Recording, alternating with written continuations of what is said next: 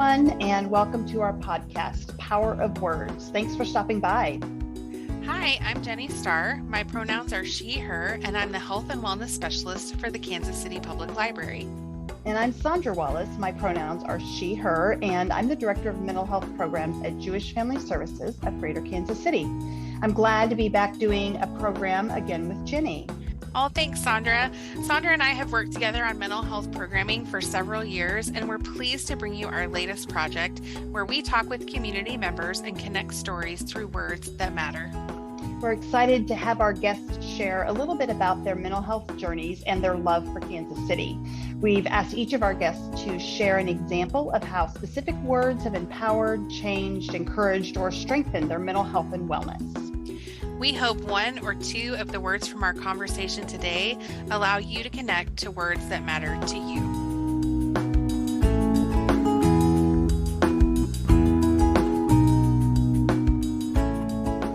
How was your weekend, Sandra? Oh, let's see. Weekend, nice. We had some graduation festivities and some holiday festivities. So so it was good. It definitely always goes by quickly, but I have found that really like on Sundays, I really appreciate just some quiet.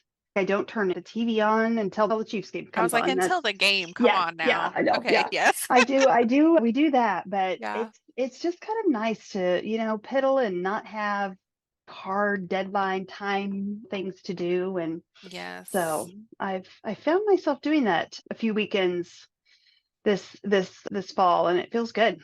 So that is really good. refreshed. And that's something I'm going to work on because, I'm in school part-time. Yes.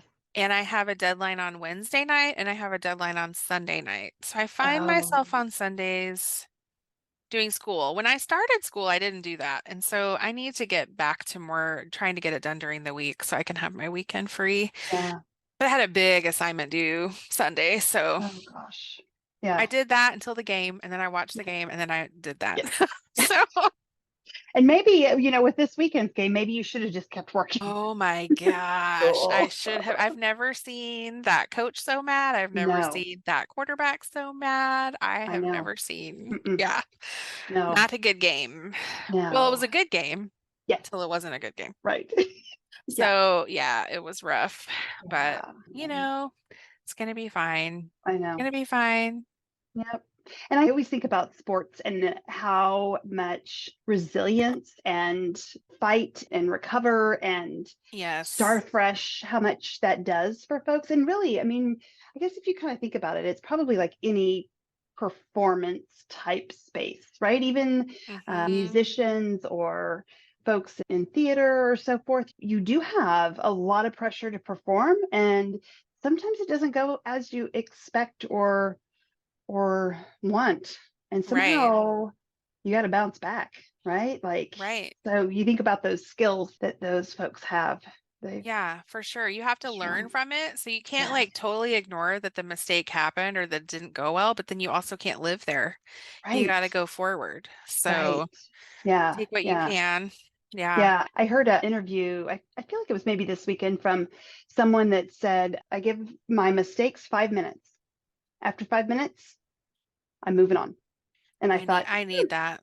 That's not bad advice. It's not bad advice. Because we do have to validate it. We have to recognize it. We have to, say, yes, this has happened. Right. Well, it's like you feel bad. And I think that serves a purpose just to keep you from continually doing the same thing over and over again. That's not working for you. But you don't need to live feeling bad or, give yourself the 5 minutes. I like that. Yeah. Set a timer next time and see if I can really do it, though. I know. That's maybe harder. Yeah. A little bit. So. But, I give other people that grace so often, and it's like, I think it's sometimes the hardest person to give grace to is oneself. So. Right. Yeah. Yes. Yeah. That's interesting because I think about generosity and how, again, of course, I was reading something and it talked about how we are intentional and we strive to be generous towards others, but are we being generous towards ourselves? Right. And I thought, because I keep this little journal and I try to write down, like one thing that I did each day that was, generous or an act of generosity. And until I read that, I hadn't put anything down for myself. You know what I mean? It was like, Mm-hmm. oh, I gave so and so some extra time, or I dropped this off at my parents' house, or, it's almost like I feel like I've like been, I don't know, it's not a to-do list, but it's like a, you know, Mm-hmm. gratitude list, but none of them were for For you. generosity for myself. Mm-hmm. So I don't Mm. know. It kind of caused me to pause a little bit, Yeah, think about that. that is something to think about for sure. Mhm. Yeah, and how are we generous to ourselves? Right. What does that look like? Right. Yeah. I think Yeah, it's a great big question. And yeah, it's really, that is. mm, It's deep. yeah. Oh gosh. Deep Okay. Thoughts by Jenny and Yes. Sandra. Sandra and Jenny. Yeah. Well, yeah. Okay. So full disclosure. So what I wrote down yesterday morning, on Sunday morning, when I sat in the kitchen, I have this little couch and I just piddled and I was on social media and I was, just doing all these Hmm. things. And I thought, okay, that was being generous to myself because I don't ever do that. Right. I Right. don't just do nothing. Right. And So even maybe today, that, you're like, it was really nice that I didn't have to be yeah, so busy. Uh-huh. yeah, yeah. So, Yeah. I definitely think the busyness thing is hugely a problem hmm for myself and for many people that I know, that we have to do hmm something every minute of the day. right. hmm Like it's okay to not. Yeah, yeah. What Yeah. my husband calls it the busyness badge, right? Like Uh-huh. people say, "Oh, I'm Look doing at this me. and I'm that." so busy. Yeah, yeah. Yeah. Shouldn't I have like 7 badges on my shoulder or on my Hmm. arm? Or Yeah, it's true. yeah. Yeah. And culturally, I think that's born out of something, right? That hmm we are a hmm culture that we thrive on accomplishments and Yeah. tasks, but hmm maybe that's hmm not good for us, even if it's our culture. Yeah. Yeah. Well, and like when I'm doing training with students, I always talk about how there's, this healthy level of stress that does motivate you and push you a little bit. And so sometimes I think that busyness can be sometimes some of that motivation and Hmm. push. And you can't stay there for long, but sometimes it does help you to meet deadlines and get Right. your work done and all that. But Yeah, study for that test, do yes, that thing. Yeah. yeah, yep, yep. Yeah. So, So it's all about balance, I guess. Maybe yeah. that's where I struggle. hmm Hmm. Yeah. Probably why we get along so well. Probably, probably. Yes. Oh, Oh, well, oh, I'm looking forward to today's conversation. I am Um, too. I think we have a good guest today. I would agree. And I'm excited. We've been intentional about having guests that have different approaches to thinking about the power of words. And so I love that these words are very different than any of the other words that have been shared by other guests. So Yeah, I'm super excited about the words. mhm, mhm. Please help me welcome Vlad Sante from the Kansas City area. Welcome, Hello, hello, Vlad. hello. Nice Yes, to be here. Thanks for yeah. having me. So happy. Absolutely. Yeah, we're looking forward to having you share your power of words. And Jenny and I were talking earlier about how our guests have really shared all kinds of words in very unique and thoughtful and intentional spaces. And so we are excited for you to share yours in just a few minutes. I want to let our listeners know a little bit about you, Vlad, and as a licensed clinical social worker here in the Kansas City area and former child therapist, and a piece that some folks might not know but need to know very much about you, that you are a children's book author as well. And Oh, I know it's very cool. You really enjoy helping families and individuals through challenging times and using some of your books to help with emotional literacy, which is so important. So we thank you for that work that you are already doing in the community. He has his master's in social work from the University of Missouri in Kansas City. So again, another great Kansas City tie here. And currently, Vlad is the senior project manager at University Health, Behavioral Health, and working on those employee engagements throughout the community with the folks that work there. So lots of different hats, it feels like, that you wear. And as you said earlier, that you are inspired by your two children. And I love that this is what you sent to me. You said, constantly inspired by my two children and look forward to one day seeing the heroes they are meant to be. Oh, I love that. Hopefully heroes, not villains, but I'll take whatever I get. You'll work with it, right? I'll work with it. I'll love them no matter what. Aww. I was inspired and encouraged just by those words. Like, those could be incredibly powerful words. They are, I should say, incredibly powerful words as well. Is there anything else? I kind of put together your little parts and pieces of your bio. Any other pieces that I either didn't mention or that you would like for our listeners to know about you? Sure. I mean, you kind of hit home on majority of things, but I guess for my clinical background, I've been in the field since 2010, and I've been to numerous agencies, but I've learned along the way that just building up my clinical toolbox. So I've had a very profound perspective and view of the helping profession, although it did burn me out as a child therapist because I was not managing my boundaries and taking care of myself as I should now, because it's a learning skill. But I love my history in terms of the work I've done, work I'm continuing to do. But that's awesome. I want to come back to that. I want to come back to that thing about boundaries. But so you've talked a lot about your background in Kansas City. So when someone's really got a lot of background in Kansas City, we love to ask, what do you love about Kansas City? Like, what's your favorite thing about it these days? The quiet. So I guess I should share. I'm not originally born and raised from Kansas City. I was born in Queens, New York, right? Jamaica, New York. So I moved out here for school. And I remember, like, the very first week I moved out here, I could not fall asleep.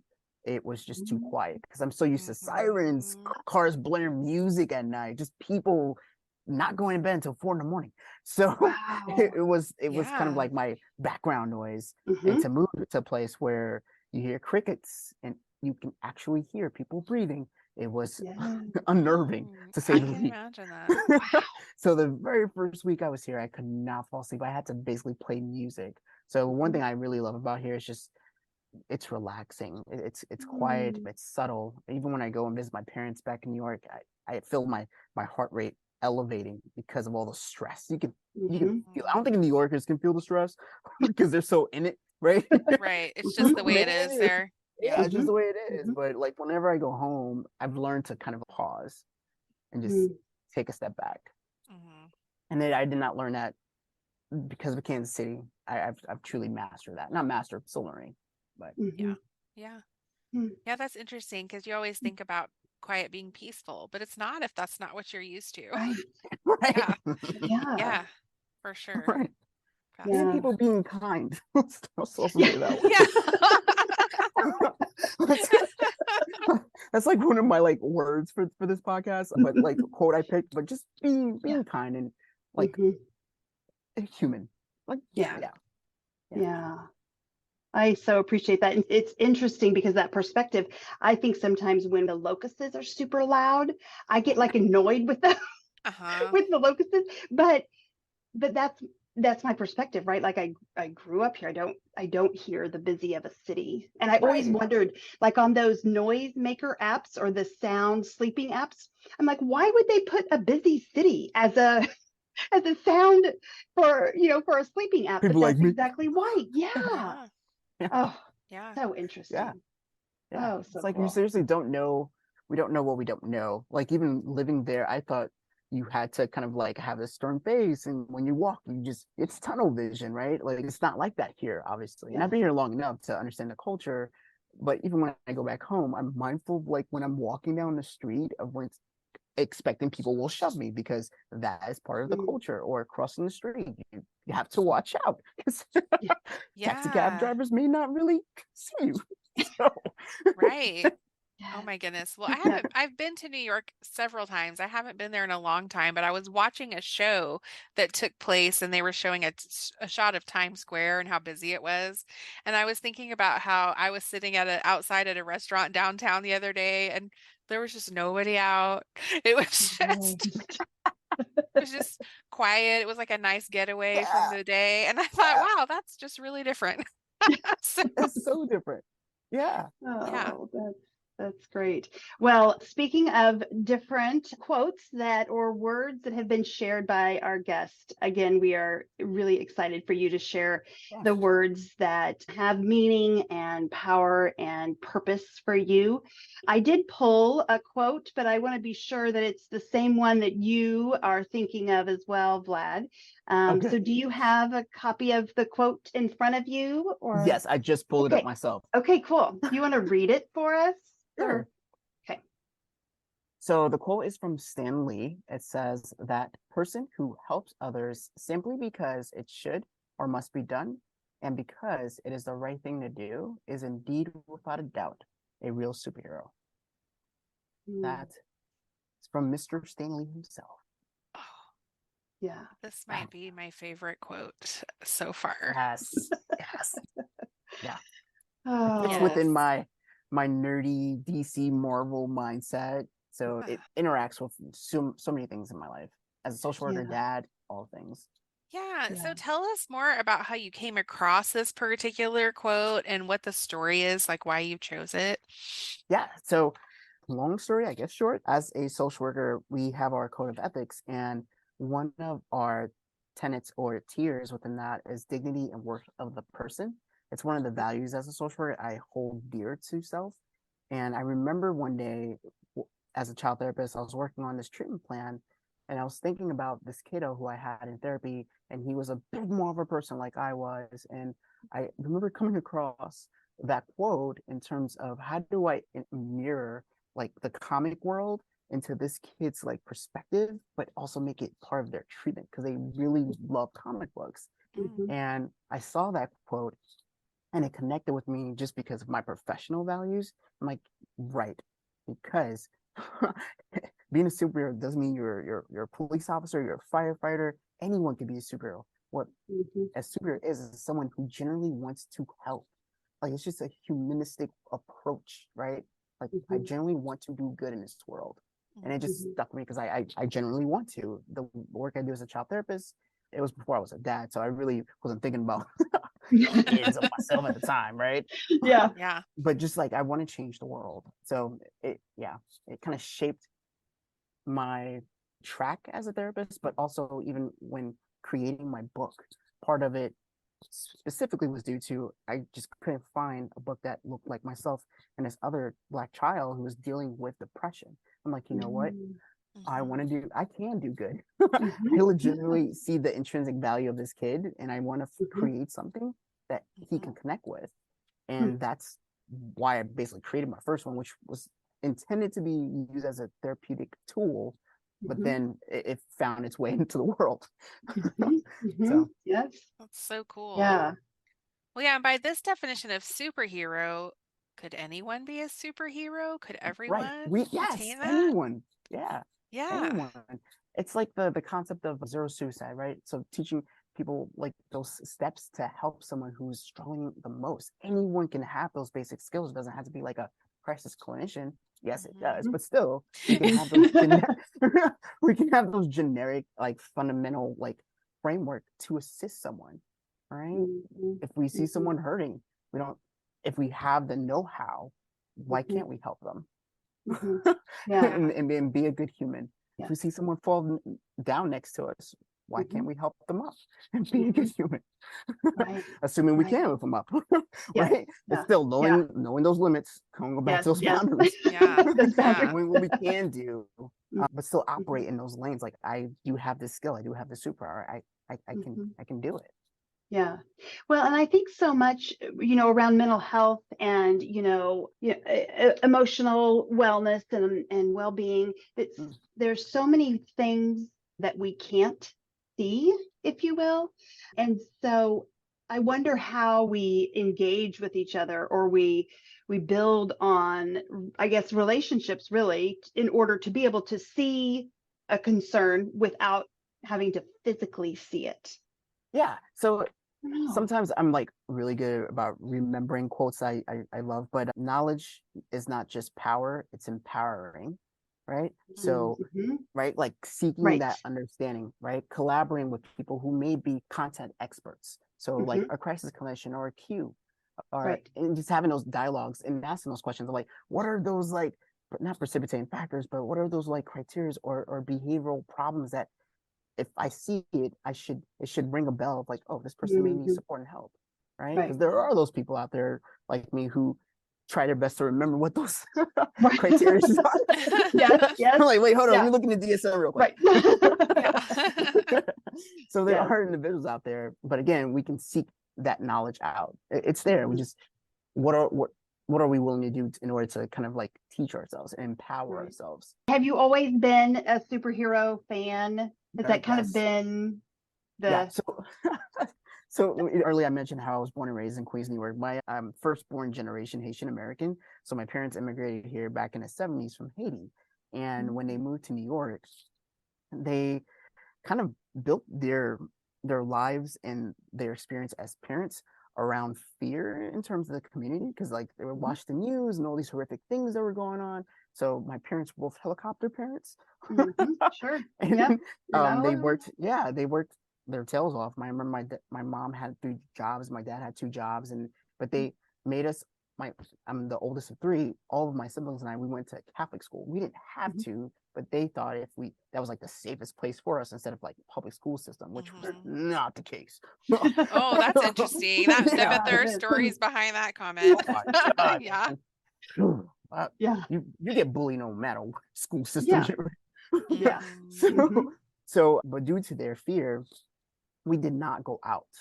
I would go to school, come home, and so on the weekends, I had to basically create my own worlds to escape like my boredom. Because again, they were trying to keep us safe, but my brother and I, we basically created our own universes. And so we reflected back on those content experts like Stan Lee and created our own little cartoon paper figures. So we made these little cartoon figures. Cool. And so we created our own little world where we kind of expanded our imagination, kind of like reading a comic book and just kind of using those words to see different things. So it started off there. That's so neat. Do you have any of those still, Vlad? I actually do. So I have 2 sets. I don't.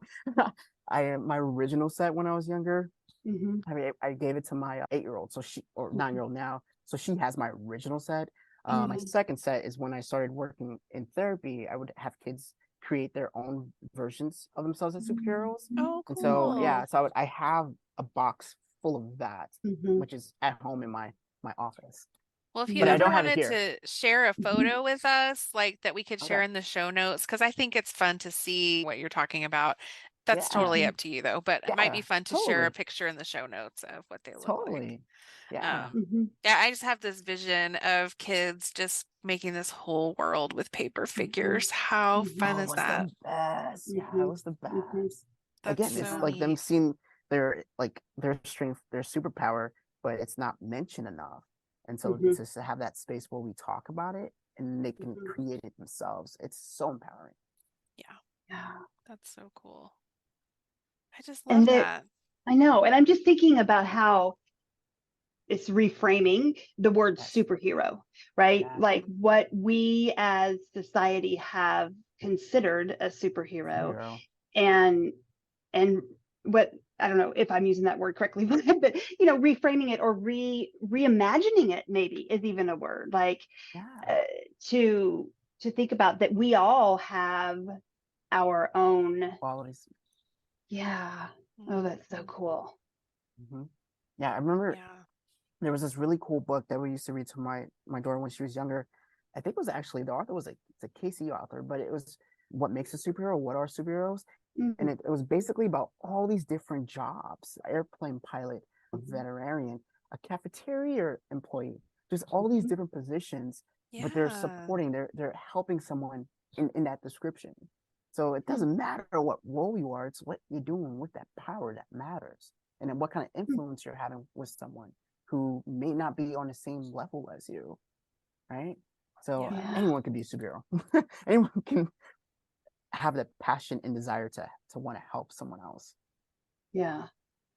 Well, and some of the work that we do around wellness, some of the training, even with students and youth, we talk about how that act of generosity, goodness for others and kindness and compassion, about how, it's thousands, that theory is thousands of years old, right? But now in the last 50, 100 years, the neuroscientists have proven it, right? Like they tell us that our brain is stronger and healthier when we are helping others, when we are doing for others, when we are being that superhero to serve. And that's so, I mean, I think that's just amazing. Like everything about it is fascinating to me, but right. Yeah. So cool. Yeah. Okay. So I said I wanted to circle back to boundaries because there's helping, but can you help too much, Vlad? Yeah. And how do you know? And how do you know it's a healthy boundary or you're just a jerk? Like, well, how do you know? Probably the follow through. Like, okay.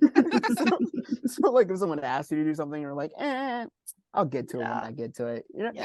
But that's still also boundaries too. But if you don't get to it, then that might be a thing. So I firmly believe there is, I think boundaries are individually defined, right? So like what I need to protect me may be different from you. And I say this due to the fact that throughout my career, I know I remember myself staying at work late to get my notes done, because we used to have, well, we still do, like 24 hours to get in your notes. So I would make sure I wouldn't go home unless my notes were done. And then I would come in the next day with this clear slate until I had seen my clients that day, right? But that worked for me, but that wasn't healthy. It wasn't healthy for me at the time due to the fact of how long I was taking to do them and how late I was staying compared to if I would come in the next morning. I know of people who that works for them because they don't have children. At the time I didn't have kids, and I could not do what I was doing then now, right? But there were times that it worked for me, and I know that oftentimes we just need to know what our limits are, because if we don't, then we are setting ourselves up for failure in that regard, because we think we can, but in reality we shouldn't, or we can't. Yeah, and even we may have good intentions, but can't follow through in the end. Right. And so we're setting ourselves up for failure, and also the work that we're doing, because we're not mitigating or managing those levels, right? I think not glassy or glossy eyes, but there's this term, it's called the optimism effect or something like that, where you're thinking that your work will get done because it's just meant to be. Like you're just really optimistic, but you're negating all those barriers and loopholes that could come in the way to disrupt what you're doing. So I can keep going because this is going to happen. I'm just really positive about it. That's how I used to function. And then it was like weighing on my body. So I was sacrificing that, like sacrificing not going to lunch. I don't have to go to lunch. I can spend 60 minutes. Yeah, I can spend 60 minutes knocking this note out. It's okay. It's gonna get done. I don't have to get up from my desk. Who needs to go for a walk? I don't need fresh air. I'll deal with that when I go home and get in my car. I need to get these work. Yeah. So. Yeah. And I think it's such an interesting balance between wanting to do well and to succeed, right? But at what cost, right? At the cost of your physical wellness, the cost of your mental wellness, the cost of, the quality of work, if you will. I don't know that it's generational. Like, I feel like we're probably all similar generations here, but except my kids are way older. But yeah, it might be generational. I feel like because we're learning so much more, and it's becoming more mainstream about the impact of unhealthy stress or unhealthy boundaries and what that impact has on us, whether we notice it in the moment or we notice it 10 years later, right? That your body can only handle that level of stress for so long. I'm very hopeful that this next generation of kids, your children's age, right, they're going to learn and hear that hopefully more and more from us as they grow up and maybe are able to set better boundaries. I don't know. Do you feel that hope? I think so. And I don't know the stats or numbers, but like I do know like post-COVID, because we're living in this post-COVID world, right? And also this, not my millennial generation, but the Gen Zs, I believe, they're setting the tone. I remember hearing like just in introduction to the marketplace, they're asking for these things ahead of time. I was not I was not taught to ask about like what are your wellness initiatives at your organization. What do you guys do for self-care? That was never one of my interview questions. No. But now it's important, right? There's this huge paradigm shift, if you will, in terms of prioritizing that in the need of the individual, right? So yeah, I think the more and more we talk about these, the more and more we see it. My kids, I don't think they're gonna work anywhere unless there's like a yoga mat in the in the staff lounge. Yeah. Well, and also I think just the shift in the culture of a workplace, right? I think that it's one of the great things that so many of us learned was that we can work in different settings and be just as productive, right? We don't have to be in the cube clocking in and out. And sometimes we're more productive or more creative when we're not, you know? So I love that they're going to be able to experience that. Yeah, that's so true. Agree. That's so true. Yeah. I feel like I was more productive when I was home more often. But then like the nature of work, sometimes you just need to be in a place. But but like I even found myself having to watch boundaries working from home, thinking, okay, you don't have to never take a break just because you don't have coworkers to walk by and say hello. You know? Right.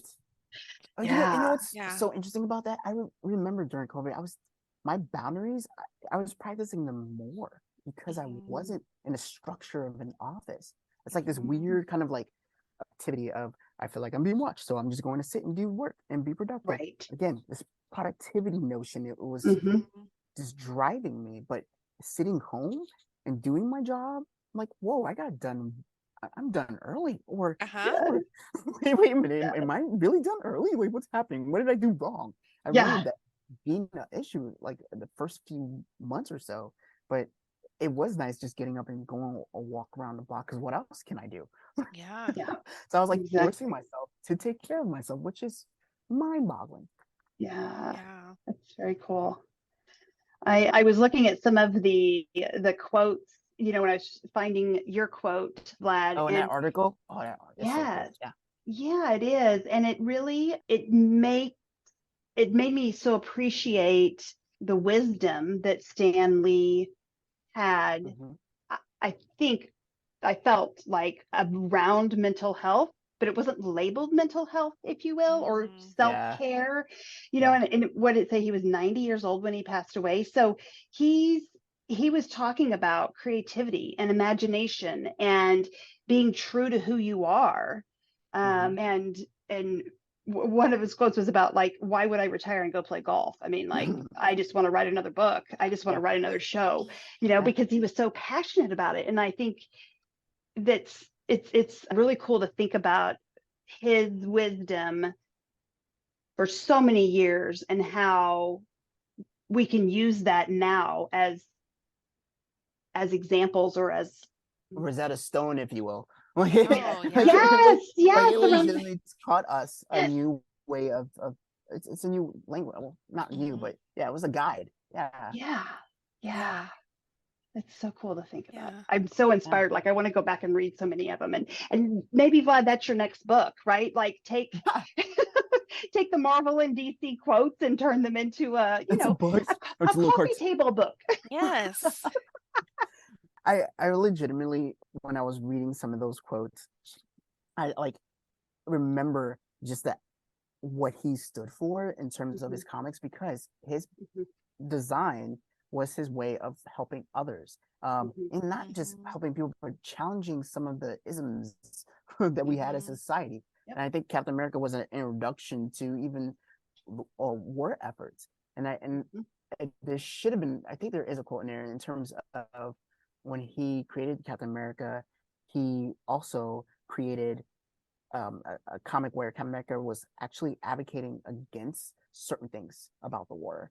And that was, again, insanely he received heat for it, but I remember him saying in an interview of, this is my way of speaking my piece.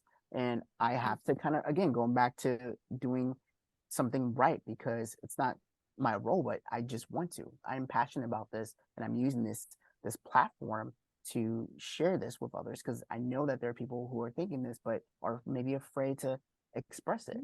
Yeah. So, yeah. Well, and I love that you think this quote made me think about how we can find inspiration in places that maybe seem unlikely, but really aren't, but like just different kinds of spaces. And throughout our podcast conversations, we've had lots of conversations around creativity and mental health. And so here again, we have this theme running through. I can just see a little boy making little figures to play with and use that creativity to solve your problems that you were having, and Stan Lee used his creativity to have a voice and to raise issues in a bigger, more public way. But how we can really harness creativity to support our health. And change the way we see things. In my first book, I actually have a section where kiddos, there's like this blank square, and kiddos are encouraged to design their own hero. It stems from the years of like creating a little paper doll, right, my brother? But I want them to have that experience of, how do you see yourself? That is so important. We can hear people telling us how we see ourselves, right? But how do you see yourself? Which can be dangerous in terms of if you don't have like a full grounded version. But that's why I want to have these emotional literacy conversations with kiddos in terms of building that confidence in early on. Yeah, that's so cool. What is the title of your book, Vlad? Did we say that? I don't think we did. Just like a hero. I think about it. Just like a hero. Yeah. I'm fairly certain we have that at the Kansas City Public Library. We do. I think we do. So we'll make sure and link to the show notes where you can find that at the library. Yeah, absolutely. Well, I think, Vlad, we are, again, incredibly grateful for your time and your insight and your connections to just energy and the power, truly the power of words, and what you shared with us this afternoon or today. So as we wrap up, we like to ask all of our guests that as of today, right now, in this moment in time, what is your favorite word? Ooh, I was going to say heal, but that has too much to it. Care for not just ourselves, but for others. Actually, no, opposite way. Care for not just others, but also for ourselves. We cannot do for others if we're not willing to do for ourselves. So care. I think we have to take better care of ourselves. More care of ourselves. Yeah, I love that. Thank you. You're welcome. I was going to say, just totally connected to the quote, I mean, that we do, right? Yep. Full circle. Yes. And even to the conversation we were having before you joined us, Vlad, this has just been, things happen, the universe aligns. Yes. That segue like that. Yeah. So Vlad, are there any resources or other connections in the community that you want listeners to know about? Maybe like your go-to organization, websites, blogs, or social media? Well, I'm partial to University Health Behavioral Health for yes. mental health needs. Yes. Good plug. So that's a little self promo, but yeah. So University Health Behavioral Health and other things in terms to one's self or just taking care of themselves. I would highly recommend. There's a podcast I listen to in terms of the pursuit of happiness. The science pursuit of happiness. You guys know what I'm talking about? Yes. Okay. I'm like butchering the title. Yes. Yep. So that's a fun one. Out of Harvard. Is it the Yes. Okay. Cool. Well, and of course, we always invite you to check out our organization websites, kclibrary.org and jfskc.org for programs and resources. Yep. And until next time, We challenge you to listen, react, and respond to the power of words. Take care. Thanks for having me. Thanks, Vlad. Thanks for joining us. What a fun time we've had.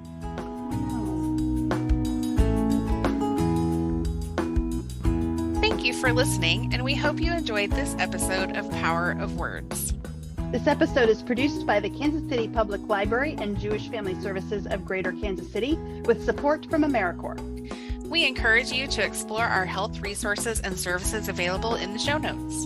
And follow or subscribe for new episodes wherever you listen to your favorite podcast.